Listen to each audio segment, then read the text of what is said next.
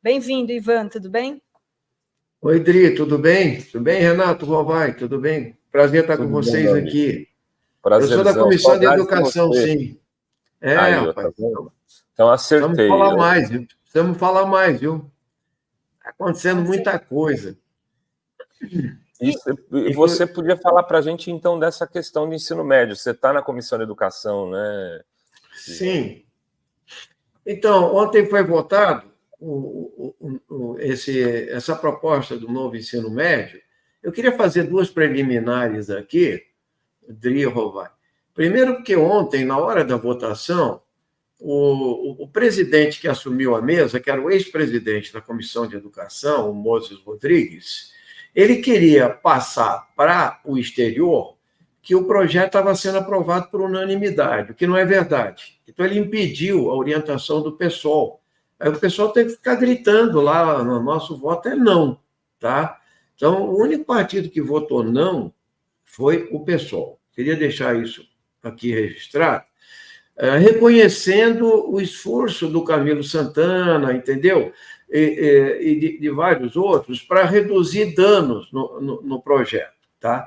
Porque esse projeto tem uma história, entende? Ele foi feito por medida provisória no governo Temer, logo depois do golpe institucional, entende? Do impeachment da Dilma, e ele realmente é um projeto que tem características, que eu posso detalhar aqui em 3 minutos, só para dar uma arredondada, que é um atentado contra a ideia de ensino, do ensino médio, né?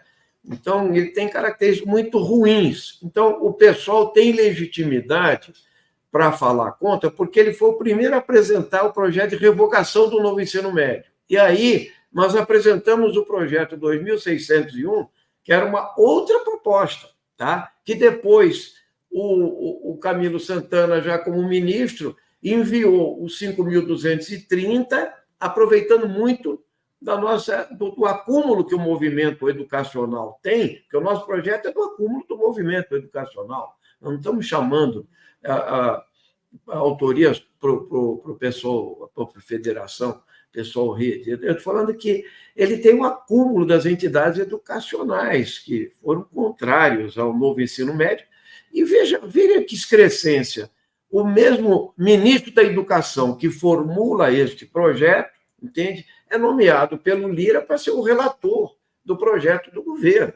Isso já é uma excrescência e já mostra como é que está a correlação de forças aqui, entende? Que desemboca no Nicolas Ferreira na presidência da Comissão de Educação. Então, o que acontece com essa proposta, né? Eu quero colocar 4 questões que são fundamentais para entender, porque é complexo mesmo. Esse tipo de matéria não é simples. Então, ela tem a característica de fragilizar o conceito do ensino médio como parte da educação básica, que é o ensino fundamental, o infantil, fundamental e o médio, tá? E está assegurado na LDB. Na verdade, ele fragiliza esse conceito, ele fragmenta a profissão docente, como nós vamos mostrar logo adiante. Veja, ele pega e quer ampliar a adoção do ensino médio em tempo integral, tá certo? Agora, isso todo mundo concorda. Até o Daniel Cara, estava ouvindo vocês agora, colocou bem, entende? Essa dualidade entre o ensino propedêutico e a educação profissional. Então, mas o que acontece? Ele quer adotar o ensino médio em tempo integral, inclusive o ensino profissional, sem assegurar os investimentos suficientes para garantir as condições de acesso e permanência. Está ocorrendo de fato. Fechando aula noturna, acabando com a educação de jovens e adultos, expulsando o estudante trabalhador da universidade. Então, o modelo para a gente de ensino médio, o melhor, o atual, é o modelo dos institutos federais de educação, que o Lula agora está abrindo 100 institutos. Esses são bons, entende? Eu não sei se é possível fazer imediatamente eles, mas o que eles querem fazer leva à seguinte equação, entende? A equação de que, para o estudante pobre, o ensino técnico profissionalizante pobre, você está entendendo? Então, ele não fornece as condições para isso. E daí o que eles queriam fazer? Tirar da formação geral básica. Então, por quê? O projeto original lá era o seguinte, só tinha 3 matérias obrigatórias, a língua portuguesa, a matemática, entende? E inglês, uma língua só. Isso aí, veja, eles tiraram as 13 matérias que não ficaram mais obrigatórias. E eu estou falando, sabe do quê? De física, de química, de biologia, de sociologia, de filosofia, de artes, de educação. Eles tiraram tudo e colocaram essa que é a terceira questão, que é aprofundar as desigualdades educacionais.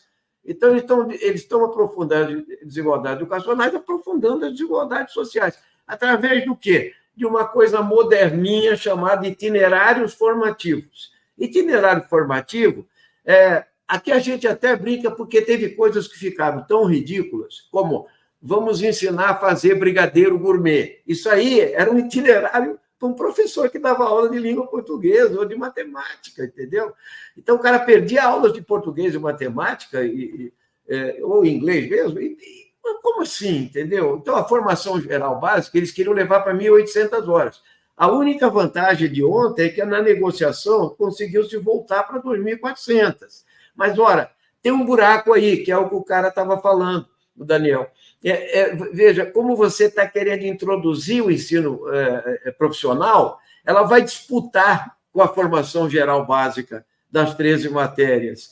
E o tipo de ensino profissional que eles querem dar é de baixa relevância, é isso que eu estou querendo dizer. Então, um curso de enfermagem, técnico de enfermagem e tal, é para o aluno desistir e ficar por ali mesmo, entende? Não tem uma formação científica, humanista e etc. E os itinerários permaneceram. Aliás, esse foi o destaque do PSOL, entende? Só para dizer que também, se você for ver, chegou-se a formar 1.500 itinerários formativos.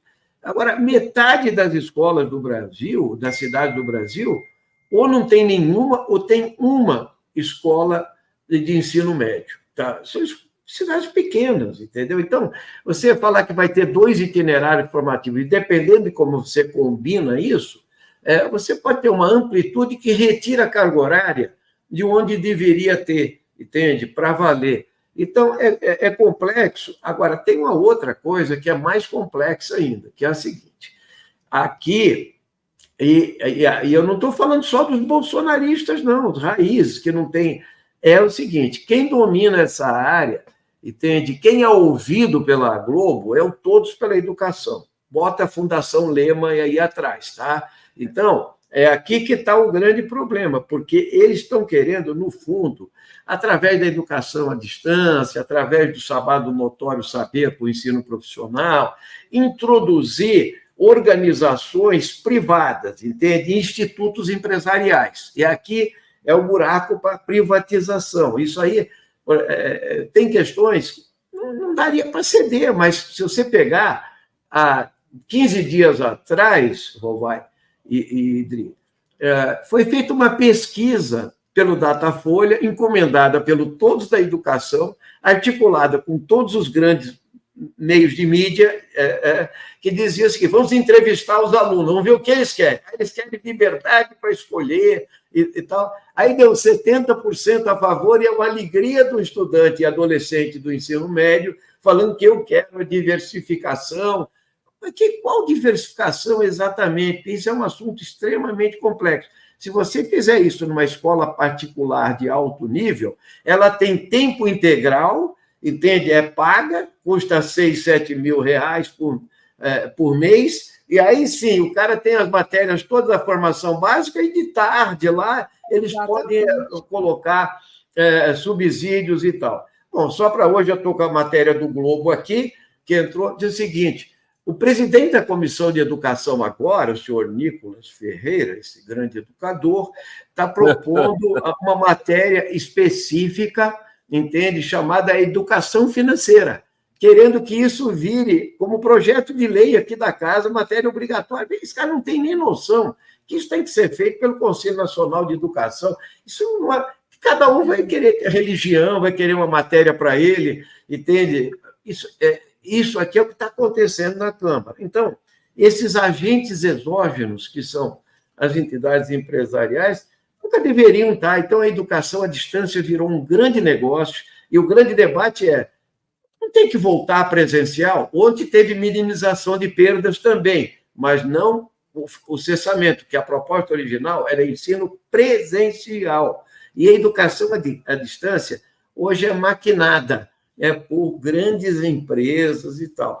Por isso que nós votamos contra, mas reconhecendo o esforço que foi feito, e nós entendemos a correlação de força. Agora, as grandes entidades educacionais, que têm tradição na formulação, desde os planos nacionais de educação, em 98, entende, tive o privilégio de ser escolhido para encabeçar o primeiro Plano Nacional de Educação.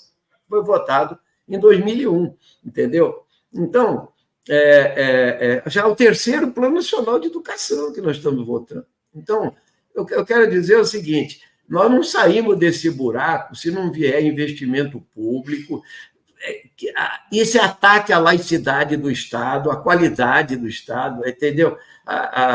Ao ensino público, à formação de professores, é muito mais complexo do que essas saídas milagrosas aqui que eles tentam impor. Mas a correlação de forças não está boa, eu devo reconhecer e tal. Por isso nós demarcamos e continuamos dialogando com as entidades, com o governo também, nessa questão.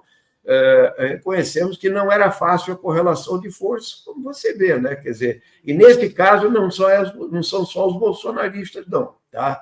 É todo o setor da direita que vem desde o Tucanato, entende? Desde o Paulo Renato, essa turma toda, para cair no Temer, aí sim, na mão do pessoal mais à direita ainda, entende? Que o bolsonarismo não tem nem capacidade de formulação, entende? Eles querem só discutir banheiro unissex e como perseguir professor. Tá? Então, para eles, esse é o problema. Mas eles se aliam. Banheiro unissex, né, Ivan? Desculpa ter me estendido aí, pessoal. Não, e sabe que eu queria chamar a atenção, que é o seguinte: eles estão falando em 3.000 horas. Isso não dá 5 horas por dia durante o ano letivo. Eles queriam que dessas 3.000, que já é pouco, porque o jovem é o que o Ivan falou, né? Deveria ser um ensino dessas 3.000 horas, dessas disciplinas todas, né, obrigatórias, e depois ter um período a mais para fazer o ensino profissionalizante, né? Não ficar em 5 horas, o aluno vai deixar de ter as disciplinas obrigatórias para ter esses tais cursos, né, que vão ser profissionalizantes, né? E isso causa, né, essa desigualdade, porque o aluno da escola particular vai continuar tendo, né, a sua formação integral em todas as suas disciplinas, né, Ivan? E outro retrocesso foi tirar a língua espanhola né, que o governo queria como segunda língua obrigatória. Um país, né, que está na América Latina, que todos os vizinhos falam espanhol, isso seria também muito importante, né? Sem dúvida, entende? Primeiro, essa questão, essa bola dividida entre ensino profissional, né, e a formação geral básica, porque você teria que estender. Para estender, você está propondo uma outra escola. E aí, veja que é chamativo essa ideia da educação profissional para o jovem, porque ele quer ajudar a família, entende? De um lado, ele quer exercer uma profissão, mas ele está perdendo em termos de formação científica, humanista, ele vai ter um ensino rebaixado o resto da vida. Por isso que eu citei os institutos federais como um modelo, entende? Porque nós temos que ter uma meta maior, e isso aí é um elitismo, né, nosso, que vai chegar na seguinte questão: o Brasil não precisa de universidade, você está entendendo? Então, não há por que expandir o ensino superior público, até porque, segundo o bolsonarismo, ele está infestado de democratas e socialistas. Então, veja que tudo isso é jogo combinado, entende?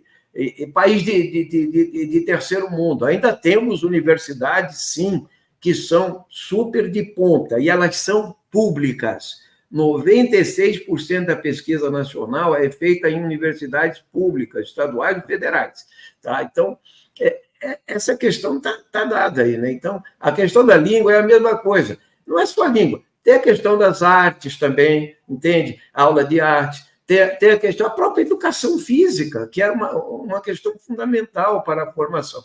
Então, é aquele tal negócio, né? Quer dizer, eles precisam incidir, e aí vem aquela lógica da eficiência, e nunca do financiamento. Do financiamento, aí eles vão falar, vocês inventaram um número cabalístico, que é 10% do PIB para a educação, tá? E isso desde o primeiro Plano Nacional de Educação. Aí, o Brasil gasta muito e gasta mal, ele está na média da OCDE. Isso é uma grande balela, uma falácia, entende? Porque, na verdade, quando se fez os 10% do PIB, se fez em cima da realidade. Quantos analfabetos funcionais nós tínhamos?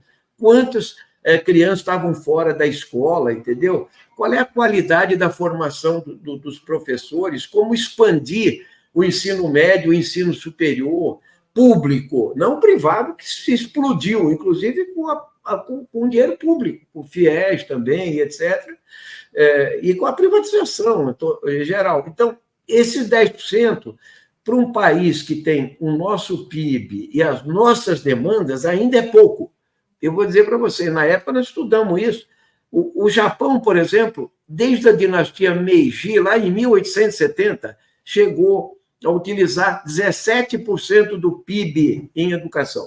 Hoje ele gasta 6% do PIB, ou 5%, 6%. Por quê? Porque ele cessou as demandas de crescimento, tem qualidade, e o PIB japonês é 3 ou 4 vezes maior que o nosso. Entende? Então, é claro que a Europa faz 5, 6, mas nós temos demanda aí de analfabeto funcional, de qualidade, de formação de professor, de expansão. Então, essa é a nossa realidade educacional, né? Então, nós sabemos que o problema principal é a privatização, entende? Esta lógica de não ver a educação como um investimento a longo prazo e autonomia e soberania nacional nessa questão. Com certeza. E agora vai para o Senado, será que tem chance de ainda ser rebaixado esse projeto, ou você acha que vai ser aprovado da mesma forma? Eu acho que a tendência é passar essa proposta, entendeu? Esse acordo que foi fechado aí, porque seria reabrir muita coisa que não tem muita solução. Tá? Rovai, você ia fazer uma pergunta? Eu ia retomar aqui a nossa manchete de hoje com o Ivan. Bolsonaro na cadeia até o final do ano. É o que disse o nosso Cacai. Né? Ontem teve aqui o Cacai, que é um criminalista dos mais conceituados, então não atribuo isso a ele um sonho, um desejo. Ele falou tecnicamente, ele disse que esse processo anda no Supremo com rapidez e que, pelas contas dele, até o final do ano, Bolsonaro estará preso, porque também não teria muito como se defender tecnicamente nesse caso, só tem como fazer defesa política. E a defesa política não deve mudar os votos dos ministros do Supremo. O que você acha disso, Ivan? Qual a repercussão que você acha que isso terá no processo eleitoral, por exemplo, se ele for preso antes da eleição, antes do primeiro ou antes de um segundo turno, numa eleição disputada como a de São Paulo e polarizada pelo bolsonarismo e antibolsonarismo? Essa realmente eu acho, minha opinião, a essa altura dos acontecimentos, nós devemos andar com a celeridade que a justiça puder imprimir, com provas robustas, tá? Só não podemos deixar rombos. Mas eu acho que o bolsonarismo, ele está vivo, o bolsonarismo, ele está vivo e ele vai continuar vivo por algum tempo. Então, o esgoto bolsonarista não voltou para o bueiro. Ele está presente, ele calcificou na sociedade brasileira, entende? E eu acho que a gente... Espera um instantinho só aqui, que eu tenho que desligar. Estão ligando para o Ivan. Estou recebendo uma chamada que está atrapalhando aqui, tá? Mas desculpa aí, eu não sei como desligar. Agora foi. Então, eu estava falando do bolsonarismo, e eu quero dizer a vocês o seguinte: veja, agora mesmo recebemos um negócio aqui. Quando teve a homenagem aos 40 anos do MST aqui, eles tentaram invadir, falar no plenário e tal. Parece que na comemoração dos 44 anos da fundação do PT, também eles foram fazer provocações, veja, olha só. Então, ameaçando fazer com a homenagem que nós vamos fazer a Marielle a semana que vem. Tá? E o caso Marielle está praticamente solucionado. Tá? Então, eles ganharam eu dizia, uma autonomia, e digo a você também assim que a grande mídia ela já se posicionou como oposição. Não é uma oposição bolsonarista, mas é uma posição que dá abertura para o bolsonarismo. Então, é só ver a capa da Folha de hoje, um excesso, né? Falar dos móveis do Alvorada, a capa do principal jornal do país, tem lógica isso e tal, mas é algo que, né, eles estão o tempo todo trabalhando também, assim como na Prefeitura de São Paulo, nós já sentimos, a grande mídia já fez escolha ali, claro. Agora, veja, o Bolsonaro, ele continua insolente, né? Ele fala assim, você apresenta as provas aí do depoimento do Torres, do Freire Gomes e do Batista Júnior, 2 ministros e tal, ele fala assim, não tenho medo de processo, desde que os juízes sejam, veja, imparciais. O que ele está fazendo? Ele está jogando a população contra o STF. É uma vacina preventiva. Então, nós temos que imaginar, os grupos de WhatsApp estão a toda velocidade. E nesse aspecto aí, da comunicação por rede e tal, eles montaram um esquema que é um esquema trampista. Tal. É o mesmo problema que está acontecendo nos Estados Unidos. Vale qualquer mentira, e essa mentira se afirma por uma grande parcela da população. Nesse caso, eu acho o seguinte, eles perderam, o Lula ganhou e o golpe deu errado. Então, não há, na minha opinião, e aí eu acho que o Lula teve um deslize nessa questão das comemorações do 31 de março, entendeu? Eu acho que tem que ir para o pau, tem que ir para cima dos milicos, tem que fazer uma limpeza, entende? Quem teve espírito republicano, entendeu? Quem teve medo até quem prevaricou e etc., entende? Você vai analisar depois. Quem participou do golpe é cadeia, entendeu? É campanha para botar esses bandidos na cadeia. Eu estou falando de General Heleno, Braga Neto, entendeu? Estou falando de Paulo Nogueira, entendeu? Anderson Torres, esses caras todos, entende? Eles fizeram... Eles foram capturados, e digo mais, entendeu? Vilas Boas, entendeu? Que é o chefe desse negócio todo aí, desde antes, etc. Eles estão desarticulados para um golpe. Entende? Então, agora é hora de falar. Vocês, golpe de 64 é golpe mesmo, que não se repita, e punição para torturadores. Tem que expandir esse negócio. Essa história do Múcio Monteiro, de passar pano e tal, não tem reação militar. Essa questão, assim, nesse momento, eles estão fragilizados, porque eles dividiram o exército, inclusive chamando um e outro de cagão. Entende? Então, essa questão aí dividiu a cúpula militar, que foi agredida. Quem não topou a aventura. Quem não topou, não é porque o cara é de esquerda, lulista, ou mesmo republicano, é porque ele falou, isso aqui é aventura, vai dar com os burros nada, porque não tem apoio internacional, não tem apoio de uma elite dividida, entende? O bolsonarismo não une. Então, o que acontece? Era o momento de fazer essas questões. Então, o processo tem que andar. Quando você expande o processo e fala assim, ó, eu estou com as provas aqui, eu acho que fazer cálculo eleitoral não é papel do Supremo, minha opinião, entendeu? Não tem como. Se a prova é robusta, entende? Se isso não dá espaço para contestações jurídicos formais e tal, eu acho até que o indiciamento do Bolsonaro está próximo.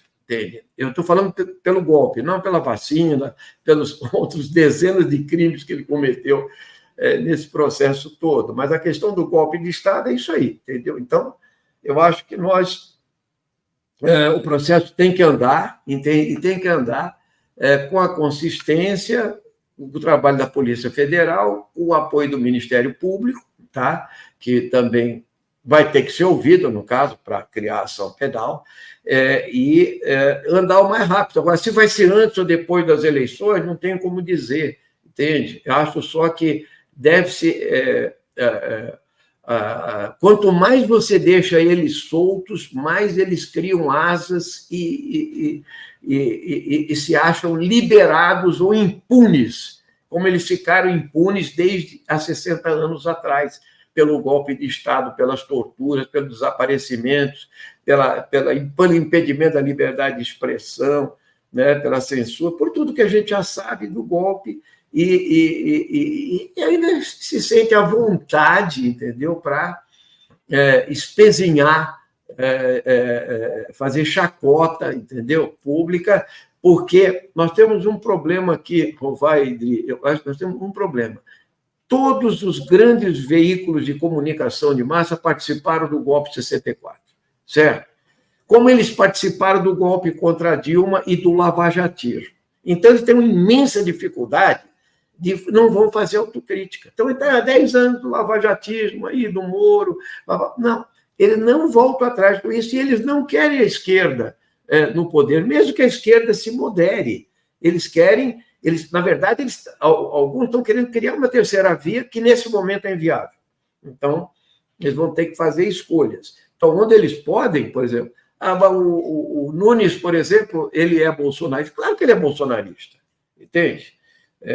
Então, mas ele não é bolsonarista raiz, então dá para engolir. Se o Tarcísio precisa consolidar o apoio Bolsonaro, ele está fazendo o diabo, está lá com o Netanyahu, aquele genocida, entende? Junto com o Caiado. É uma bandalheira isso aí. Governador de São Paulo apoiando o massacre de 35 mil palestinos. Tal.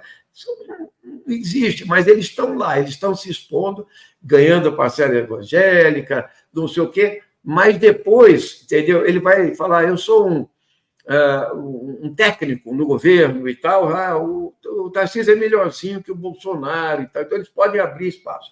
O que eu acho? Finalizo com isso.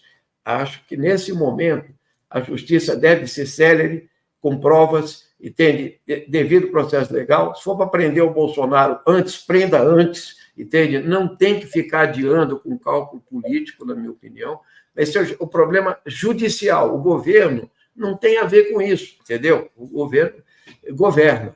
Então, se for depois, depois. Aí é o ritmo da justiça e tal. Mas eu acho que as provas são muito contundentes, muito consistentes, e nós temos que aproveitar esse momento, porque não é pouca coisa o que aconteceu no dia 8 e antes, ou seja, a tentativa de golpe de Estado, e finalizo com isso. Eles vieram com isso aqui, mas não foi golpe, porque foi tentativa. Mas é exatamente isso. O crime é a tentativa. Porque quando tem o golpe, nós já tínhamos sumido daqui e não estaríamos fazendo live nesse momento. Então, nós conhecemos bem, entendeu? E o Heleno sabe melhor ainda, porque ele era amiguinho do Frota quando eu estava preso, entendeu? E eles tentaram dar um golpe no Geisel, entendeu? Porque estava muito light o governo do Geisel, que manteve todo o aparato de tortura. É assim que é a vida. Né?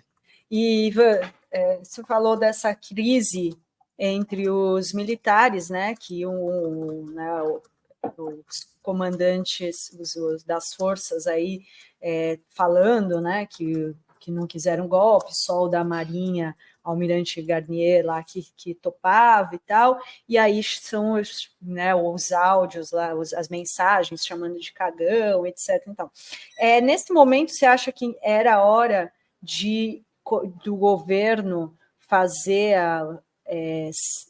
atos em memória dos 60 anos do golpe, ou a senhora acha que há uma negociação aí com os militares já diante de tudo que está acontecendo, de tantas investigações sobre o golpe, foi certo não fazer nada para não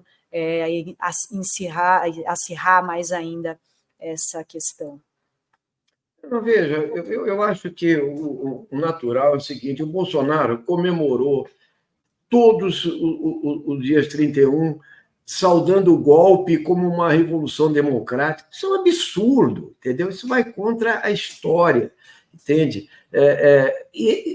Agora, se só num governo democrático, que é consenso entre nós, e consenso entre todos os historiadores, inclusive aqueles que apoiaram o golpe, como os donos da mídia burguesa hoje aqui, então é o seguinte: golpe é golpe, entendeu? Nunca mais. A palavra certa é essa daqui, entende? E eu quero dizer a vocês o seguinte: Argentina, Chile, Uruguai, entende? Então, todos eles fizeram uma revisão de lei de anistia, mandaram o Videla para a cadeia, que morreu lá, entendeu? Macera, todos aqueles chefes do golpe, da tortura, dos assassinatos. No Chile também. O Pinochet não chegou a ser totalmente preso, mas muitos caras da DINA estão respondendo, estão indo para a cadeia, e no Uruguai também. Então, o Brasil, e que o capitão Wilson Machado, que ficou ferido, o sargento Rosário morreu, mas ele ficou ferido no atentado do Rio Centro, nunca abriu a boca para falar, porque ele estava com uma bomba no colo, entende? Ali, ele foi promovido.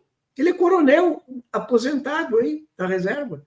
Todos eles foram promovidos, entende? Como eles querem promover o tenente-coronel Mauro Cid, que era um agente direto do assalto a Brasília, como o Mourão foi em 64, entende? Que é o pique lá de Brasília, que é a tropa dos kids pretos para ataque em Brasília. Tem 10 gravações aí já, entende? Então, isso aí está... acho que o Cacai deve ter mais, porque ele é advogado, ele está metido aí nos negócios. Mas o que nós já sabemos de mídia e tal, não dá para dizer isso. Então, como assim? Esse compadrio, eu diria assim, esse corporativismo militar não serve para nada, entendeu? Então, por exemplo, comissão de morte e desaparecido. Tinha que recriar, sim, o Bolsonaro, entendeu? Falar de 64, não para provocar os militares, em nome da memória, justiça, entende? Em nome do nunca mais e tal. Eu acho que se o general Tomás Paiva veio para ser ministro do Lula agora e condenou a conspiração, ele tem que entender o seguinte: estamos no regime democrático, o chefe supremo é o presidente da República, a política que tomou posse é a política da democracia e não da ditadura, entende? Tem que dialogar com o povo, entende? Então, vocês veem que a grande mídia ficou quieta em relação a isso.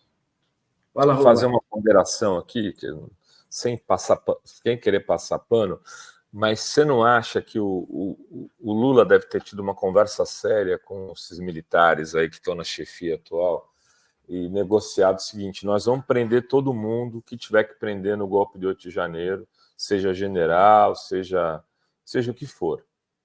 4 estrelas, 5 estrelas, 6 estrelas. E vamos segurar essa coisa da celebração dos 60 anos do golpe de 64 para tentar criar um mínimo de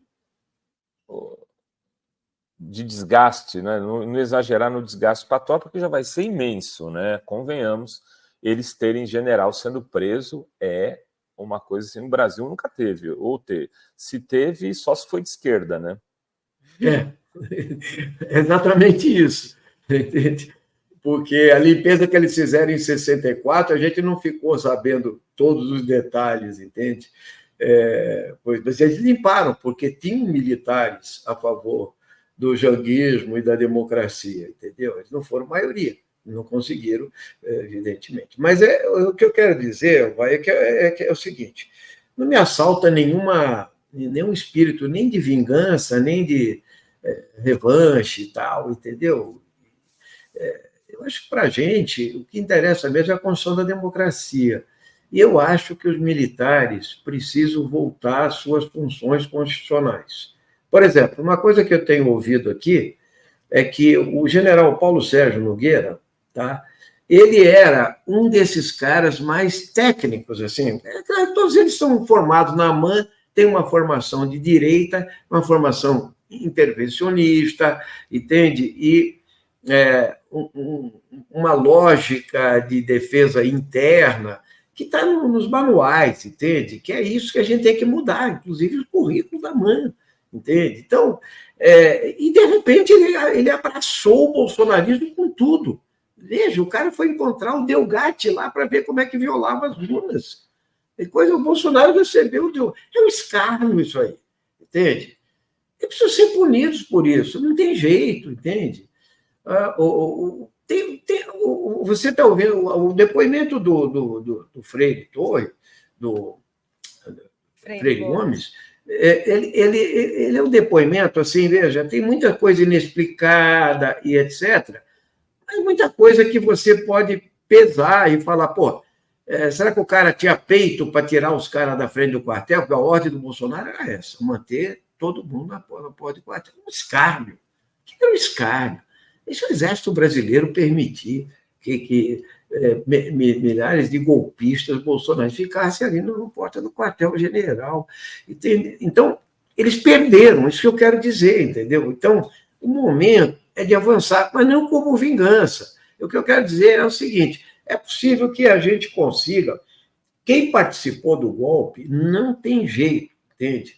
Eu acho que esse Garnier, por exemplo, ele já tinha passeado de tanque aqui na porta do Congresso Nacional exigindo o voto impresso.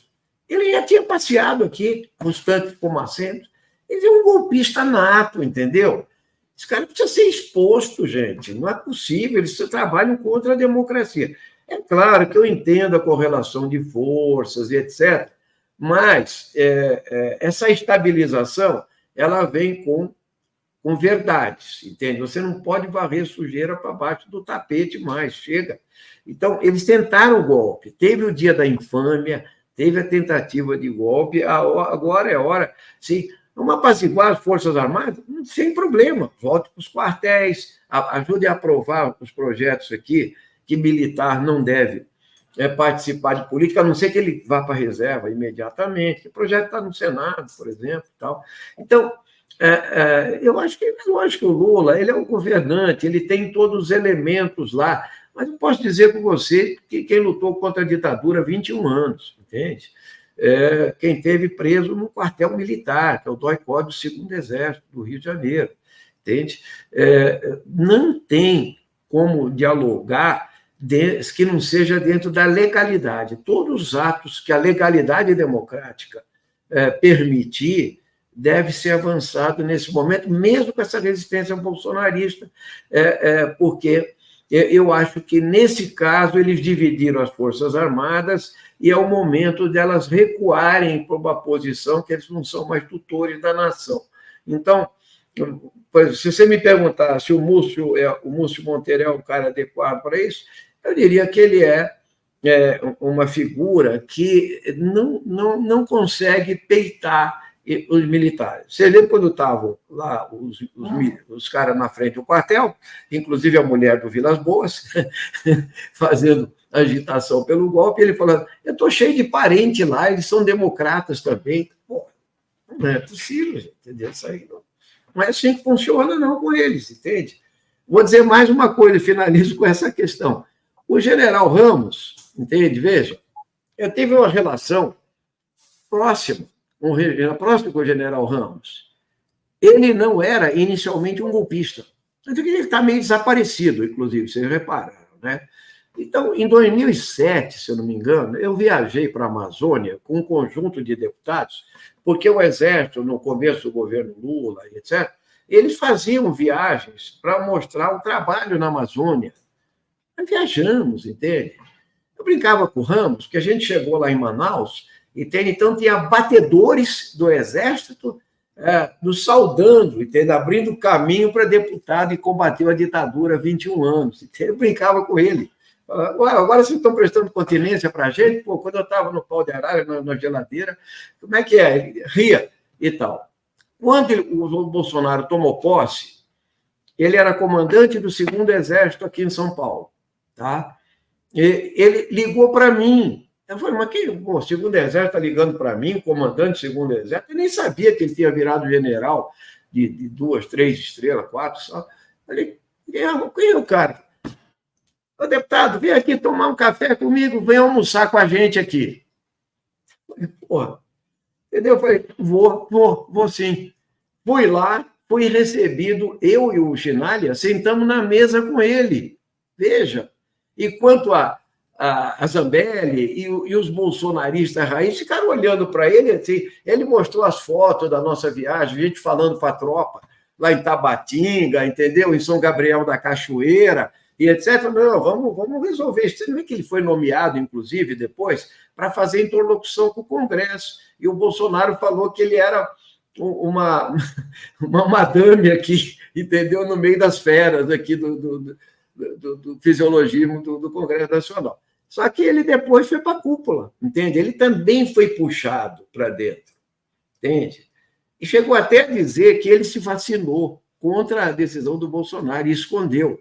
Mas, veja, eles puxaram os militares para reassumir o papel e tinha que ser através de uma ditadura, tinha que ser através do protagonismo de um delinquente, de um bandido, de uma excrescência, que é o Bolsonaro. Tá?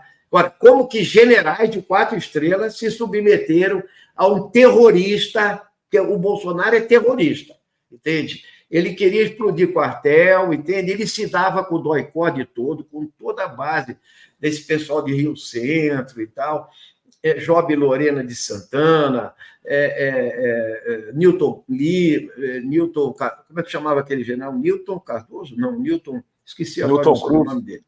Newton Cruz, exatamente, Roberto. Então é o seguinte, como é que eles aceitaram isso? Eles nunca deveriam ter levado ele para falar na mãe em 2014, ele foi recebido de braços abertos, falando, eu vou levar esse país para a direita. Tem um filme dele falando para os cadetes.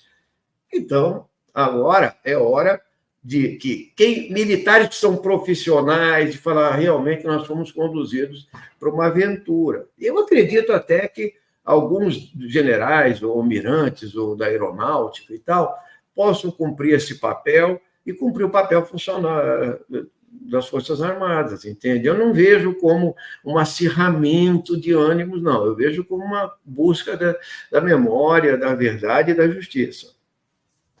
Muito bem. Ivan, muito obrigada, viu, por estar aqui hoje. Já vou dizer até a próxima, que em breve a gente vou chamar com o Alexandre lá para a gente combinar mais uma vez. Muito obrigada.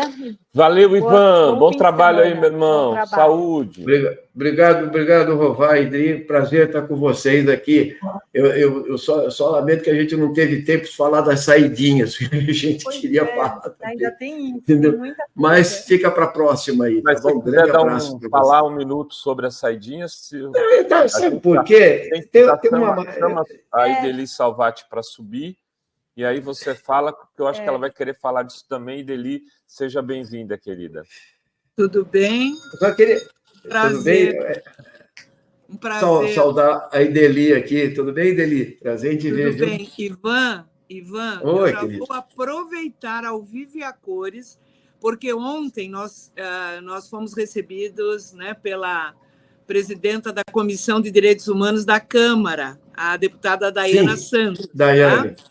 Isso. E falamos de ti, porque é o seguinte, nós estamos desde domingo com um manifesto de apoio ao padre Júlio Lancelotti. Esse manifesto está sendo puxado pelo atual ministro dos Direitos Humanos, né, o Silvio Almeida, e 8 ex-ministros dos Direitos Humanos, tá?